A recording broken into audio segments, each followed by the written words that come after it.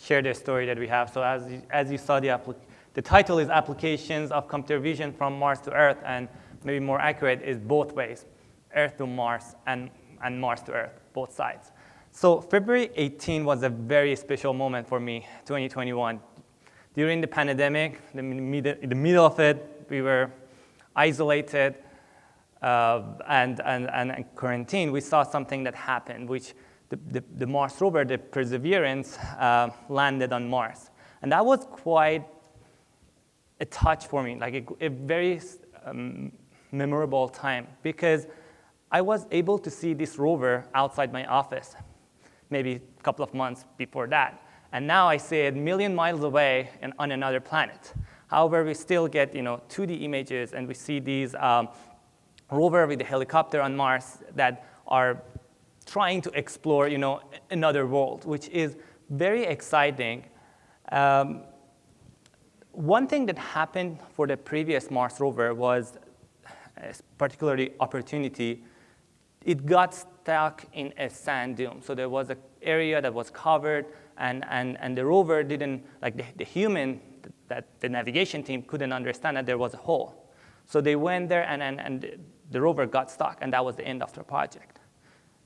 However, the new rovers have the autonomous navigation system on board, and also they have different tools for 3D representation of the world. So when you do the navigation, you need to see the world in 3D, and that's why the 3D reconstruction is very important for navigation purposes. Also, scientists get lots of images, lots of data right now, and what they want to do is maximizing the science work out of these data. And one of the new ways to do that is using 3D computer vision, 3D reconstruction, and possibly summarizing the data into these 3D scenes, and then explore it in a 2D. One of the areas that we currently see in computer vision, and many of you over here might be familiar with it, is NeRF. That stands for Neural Radiance Field for View Synthesis.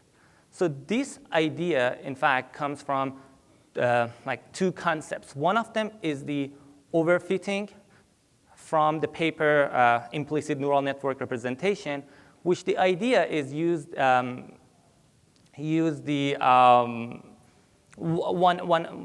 one neural network, like multi-layer perceptron, and overfit it to a single image. An application of that was first proposed for image compression, and that idea also was combined with another concept, ray tracing, and that what it does, it does the similar thing, but for the 3D volume and 3D rendering. So it's trying to overfit to a single scene, and you want to reconstruct that in a very nice manner. So I really like this paper because it's one of the novel, in my opinion, novel frameworks that was introduced that has a very beautiful math as well as a beautiful concept, like a novel concept. So as you see in this in this slide, there are the 5D array, which is the X, Y, Z, the information of each location in the pics in the 3D world, and also the direction, D or theta and phi. So you're gonna intersect these two and try to learn the implicit function, which in this situation, the implicit function is the locations and the direction, and the outcome is gonna be the color value, as well as the density of the color. So I was excited about this topic and gave it to a few of my students, and they reconstructed this Mars rover. This is not the actual Mars rover. This is the twin or mock-up of the Mars rover outside my office at JPL, and the results are quite impressive. So the runtime for it was close to 5 minutes, and we were able to get this using just a cell phone camera. So it was iPhone 12 Pro, and with the sequence of the pose camera position, we were able to get such a result. However, as you see, there's some cloudy areas, and those cloudy areas are due to the not having enough information in ray tracing that we see. There are many other software, or I can say emerging technologies that are coming out, which they try to create digital twin. So we see Apple introduce the LiDAR on the phones. We see that there are lots of other softwares that are trying to do photogrammetry and 3D reconstruction. And this work was done with my students at UCSD and also JPL. So this is another scene from JPL that is a Mars yard. It's a small sample of Mars exactly outside my office. And as you see, it looks like a drone is flying hovering over there. However, that's not the drone. I just walked around and took a video with my phone, and we were able to reconstruct this view. Again, the runtime was not that big. It was 10 minutes. The results are, as you see, there's some cloudy areas, and those are somehow artifacts that are results on not having enough data for this work. So based on these things that we see, one concept that comes to our minds, in fact, is the concept of digital twin. So you are able to create 3D representation of the objects around yourself. Either these objects can be on Mars or it can be on Earth. But you have a better understanding of the world right now. Rather than simplifying the world in 2D, right now the demand is to interact with the virtual domain and the 3D domain that we are observing. There are lots of emerging hardware that are capable of depth sensing and are trying to enable us to visualize the depth sensing technologies. And here are the summary of several of them. There are more to come later on. And one of the applications that really excited me was the prop tech or property technology. It has direct applications for the prop tech. However, if we want to see a broader sense, it is more about the connectivity of us. Imagine your grandpa that wants to meet you or on Mars or maybe at your home. So that is possible by creating these digital twins, and these are really valuable that it can help the scientists as well as the ordinary people to be able to communicate with one another. Again, digital twin increases the connectivity. Imagine that you had the sense to be at war or at Oscar for entertainment. So you were having different experiences, and it could have helped you to really connect with people over there and have a better experience. And that's the vision that we're going to have in a few years. We're going to see that the old-fashioned maybe representation that we had is going to be substituted with more 3D representation of the world around us. And that motivated us to go after another set of domain, which is in the prop tech. And this is the talk that I gave in another conference in San Francisco. I didn't have the time to do it for this conference because I arrived late, but I was planning to do that. Unfortunately, I couldn't. I just grabbed my phone, like iPhone, and moved around, created the digital twin, uploaded to the cloud, and then got the floor plan of the place. So this is part of the other outside activity that I'm doing with Opal AI, and we were so lucky to apply for National Science Foundation and were awarded $256,000 to build this technology for the society. However, the application is not just for the prop tech. It has a broader application, but for now we are just considering the property technology, which you can also render your 3D views and get more accurate estimate of your floor plan of the property. So the idea first came, from these emerging technologies that are available on your cell phone, right? This smartphone that is on your pocket is 1 million times more powerful than the supercomputer that landed human on the moon. And we built this Scan to 3D with my team at Opal AI that enables you to create the floor plan of your house with just moving around and taking a video. And it does that through a different stages. So in the first stage, you're going to texture the environment. After that, you're going to use 3D segmentation to classify different objects and declutter a fully furnished house and get another 3D scene representation and floor plan of the house. And so if I want to just mention how in a summary that what we do to get the floor plan is we reconstruct a 3D scene of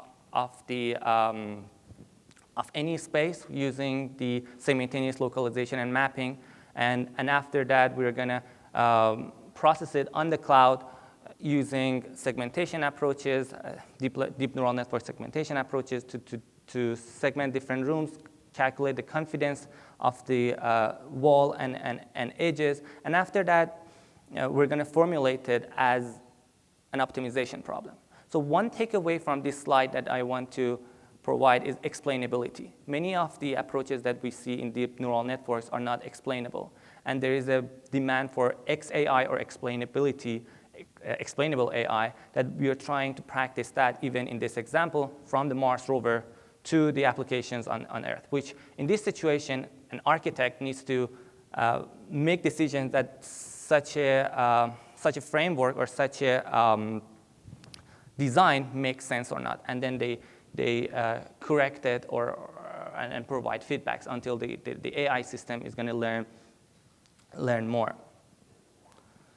So if you have iPhone 12 Pro, 13 Pro, or iPad Pro, you can download our app. It's available on App Store and give it a try. The new versions are also coming out. And one thing that I think I went very fast, sorry. One thing that I wanted to summarize here was the idea of getting the information from the space. So we have lots of new technologies that are coming from space, including your smartphone, the camera on your smartphone, or the pen that can write upside down, or the watch can work on space. But that happened maybe in the Apollo era. Right now, we see two-way direction. An interesting point was the Mars helicopter runs on the same processor that your smartphone has. And it is 1,000 times more powerful than the processor available on the rover. And that's thanks to using Earth technology for space. And that's the new era for space exploration as well. And I want to thank some of the students that work and my colleagues that work on this different works that I presented, and also acknowledgments from different institutions, especially National Science Foundation that helps us, as well as JPL, UCSD, and Opal AI. And as you know, Twitter is becoming acquired, and it's a hot social media. So if you have any questions, you can contact me there, or if you have any other questions, I'm open to answer those.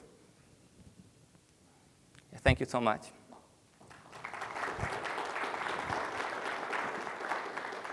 Sure. I have so many questions for you. How is this technology different from LiDAR? And as of recent, we see so many millimeter wavelength radar that can do the same mapping with almost zero error. And it gives you almost zero sparse data. How do you differentiate your product versus the other products in the market? And given that you are the CEO of Yeah. So there are two questions, I believe, to answer. One of them is about the technology, and the other one is about the hardware technology and the software technology. The hardware technology, in fact, LiDAR was introduced by, again, JPL, similar to GPS, and even it was used in the landing of the rover that I showed in the first, the second slide. So that, became really popular with the self-driving cars, and especially with the DARPA challenge that was introduced in, 2000, then it got adopted widely for the self-driving car industry. However, in the past few years, with the time-of-flight sensor was, became available in smart, like some of the smartphones and some of the devices for mobility, and we see this new sensor on the Apple that's called LiDAR scanner. It's a 2D LiDAR sensor rather than like a 3D, like LiDAR representation, and that's the technology that Apple introduced. So answering to your question that how our technology for the mobile app is different from the other people is the cloud processing part. So once we capture the data on the device and texturize that, all of it on the device rather than putting it on the cloud, then we can then we declutter this space, using different segmentation approaches. But the cluttered environment is really challenging. Especially the indoor spaces are quite challenging because the lighting is going to change and the objects, are different in each area, and that's novel platform that we introduced. That is built on the top of lots of, let's say, existing methods, and that data set is a ScanNet, so we leverage ScanNet to create, segment different objects in the scene, and also process the point cloud models. Yeah, is there any question? Go ahead. You and then you. So you touched a little bit on the commonality between terrestrial and space Yes. technologies and interests, and you actually, I thought maybe the difference might be bigger in the hardware, but you touched on Snapdragon being used on Yes. Ingenuity. Can you talk a little bit more about how much you can leverage terrestrial technologies, both software and hardware, and where the barriers are? Is it limited at radiation or thermal, or is there any limits in using terrestrial technologies anymore? That's an excellent question, and we didn't know about, the hardware could be rat hard in space. And we figured out by testing it, in the laboratories, and understood that rather than spending hundreds of thousands of dollars on a computer that is as powerful as the Pentium 4, we can leverage, off-the-shelf technologies. And what we see right now is this technology is becoming more popular. Another mission that went to space that used, like the commercially off-the-shelf sensor was the CubeSats. Lots of Cube satellites, which are small satellites, use, commercially off-the-shelf hardware. And the software, surprisingly, for the Mars helicopter, it was open source. So you were able to contribute to this software. However, JPL has rigorous software validation and verification. So we have even a platform called F-Prime that is designed for space robotic missions. So although there are some similarities, but at the same time, there are lots of validation and verification going on, because one small software bug is going to cause a disaster, which, if you remember, one of the rovers in early 20s crashed, into Mars because of the conversion issues. Some team decided to report the numbers in metric. The other team decided to report the numbers in imperial. and didn't, it didn't match, and that disaster happened. So the small errors can cause big, costly failures.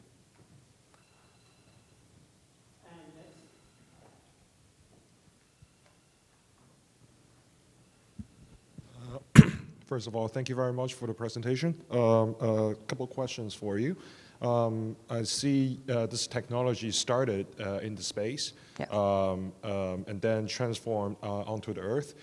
So I suppose in the space, the cameras will be looking at the horizon, and inevitably there will be some perspective issues there. Would that be the reason why in your presentation most of the results you showed are indoor or with a finite distance? And the second question is, how precisely do you think your 3D construction, the 3D reconstruction of the real world can be? Like, for example, if I look at the ballroom you scanned there, can I actually measure the size and determine the dimension of the ballroom? And if I can, how precisely can I do it? There are several questions to be answered. So I'm going to answer your second question first, and I appreciate if you can repeat your first question again. Regarding your second question, I answered it for the indoor spaces, and then I'm going to answer it for the space application. So for the indoor spaces, right now, the accuracy is going to be 1 inch in 20 feet. So if you have a space that is 20 feet long, the error is going to be around 1 inch. And if you extend this space to larger, so the error is going to propagate. One thing that we do is using distributed learning, which we create a 3D scene from one space, and we're going to find and create a scene for another space and concatenate these two meshes or 2D models to each other to avoid the error to be propagated in the all model. So regarding space, we have lots of good hardware, that is going to be, used especially for the rover. And the part of the things that it is, lots of problems that are important in space are not as important as on Earth.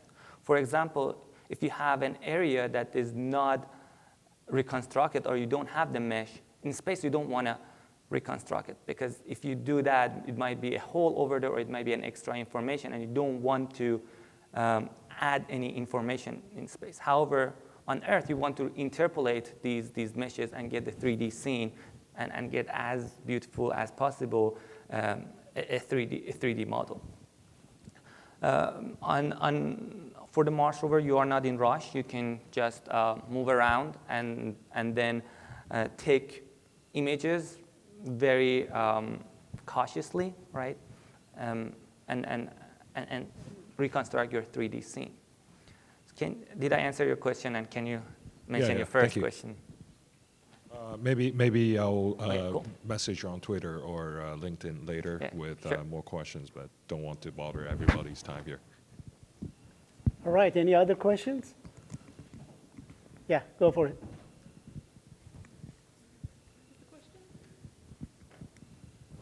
Thank you. Hi, I'm Dr. Animo. Yeah, so I have a first of all, thank you for your presentation. Like, I have a similar question with as the previous question. Like, my question is like, when you try to construct the 3D model, the 3D projection, what's the scan ratio? For example, like, is it 1-to-1 from like the real world to the construction, or is like kind of scaling to some kind of level? Depends on the application, but usually it's 1-to-1. Okay. So, okay, got it. Cool. Yeah, so the reason I'm asking this question is because if you, because like your the resolution of your camera maybe like it's not perfect. Like when you try to zoom in, like how can you fill in the missing information for the pixels? Yes. So what application are you talking about? Are you talking about and what sensor? I think mostly is for the cameras. Okay. So for let's say the commercially off-the-shelf technology, like an iPhone, you're talking about how we fill in the information that is missing. Is that the question? Not that, because you already say it's like one-to-one, so I think probably we don't have these kind of problems. Yeah. For the prop, so it depends on the technology. For prop tech, you need one-to-one because the measurements are important. But there are some other applications that you don't necessarily want one-to-one scale. And in that situation, yeah, you can have not scaled model. Okay, So cool. if you have that, like gaming, for example, might be the case, or creating different, yeah. Okay, cool. Thank you.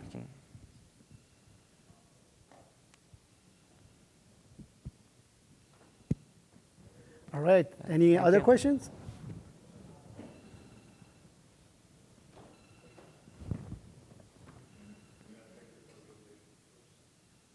I think I need to turn on yes. My question is also relates a little bit to the accuracy because you mentioned you would also use the technology to create CAD models or something, and then obviously the accuracy becomes very important down to like sub-millimeter level maybe. Is there any like post-processing like correction you can do, because you also mentioned that the error propagates over distance or something? Excellent point. If you have, the, let's say, scaled model, you can calibrate it. So if there is an issue in the measurements, possibly we can calibrate it using a tape measure or laser measure for different areas, but we haven't seen that problem yet. So what we observed so far was, the scaled are accurate and the error is close to 1 inch. And if you need more than 1 inch, then we can take the measurements or remeasure it